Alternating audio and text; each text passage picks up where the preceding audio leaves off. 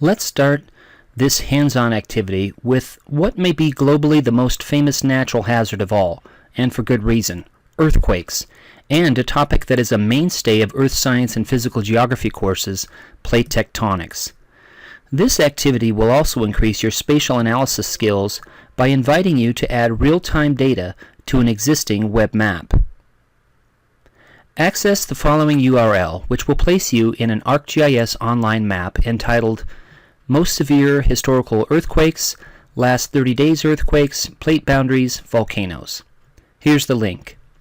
It should look similar to the map displayed here. Access the Contents tab. Turn off the most recent earthquakes. Examine the most intense and the deadliest earthquakes. What is the relationship between the location of the most intense and deadliest earthquakes to the plate boundaries? Why aren't the most intense earthquakes always the deadliest? What would you like your students to say regarding the reason for the pattern of the most intense and the deadliest earthquakes and volcanoes that you see? Look at the layer name, Last 30 Days of Earthquakes, Mag 2.5 and over. What magnitude do you think, based on this name, an earthquake needs to have for it to be classified as significant, and therefore included in this data set? To verify, go to Content and click the table symbol below the layer to open the table. Click Magnitude and sort ascending. Was your hypothesis correct? Then use Sort Descending. Select the first record in the table, the highest in magnitude, and use the table functions to the upper right of the table to center on the largest earthquake in the past 30 days. Zoom to it.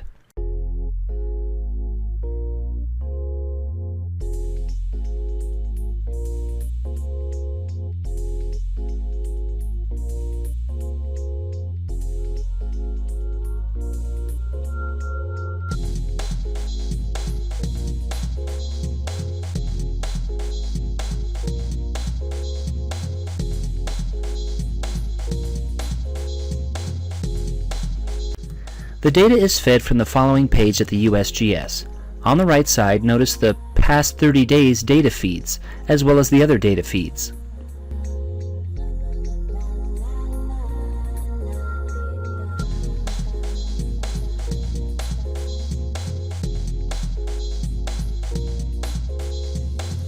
How many records are in your data table? That is, how many earthquakes have been recorded?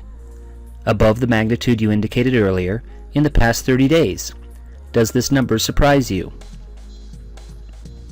Change the style and symbols for the earthquakes so that you are mapping depth instead of magnitude using Change Style, Counts and Amounts, Options, Classify Data, and Select Symbols. To make the deepest, shown in kilometers underneath the surface of the Earth, a large red circle.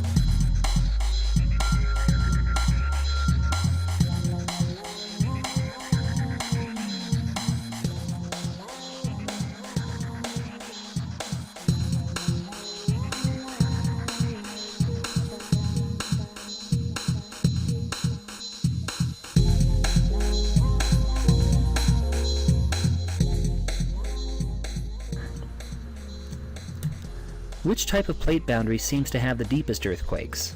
Why? As this activity and other activities emphasize, it is important to understand the data that you are using, and maps are no exception. In fact, perhaps with maps, it is even more critical to understand the sources, dates, who created the data, at what scale the data was created, why and how the data was created, and so on, than with other data, because maps are so easily interpreted and misinterpreted.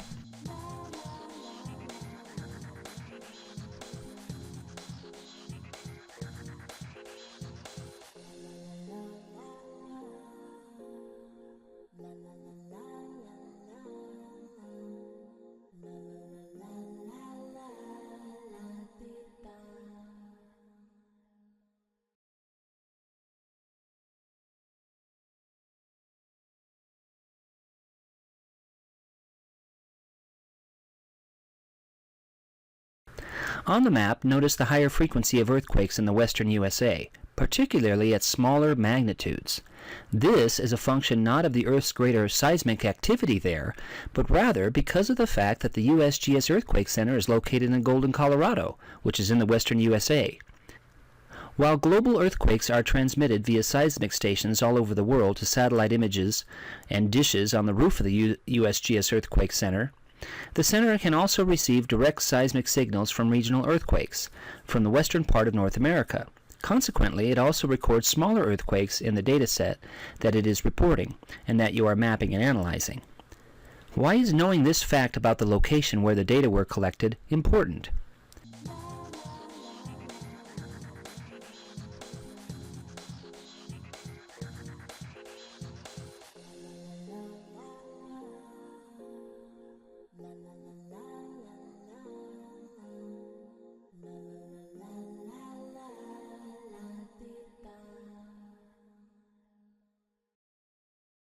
You could, with this same data, assess the vulnerability of certain cities to earthquakes, discuss tsunamis from earthquakes in the oceans and coastal lands that have been devastated in the past and are likely to be at risk in the future, famous earthquakes in history such as the Alaska earthquake, the 2004 Sumatra earthquake, and the March 2011 Japan earthquake, and so much more that we will not have time for here. But I encourage you to come back to this map and data after this activity ends. Thanks.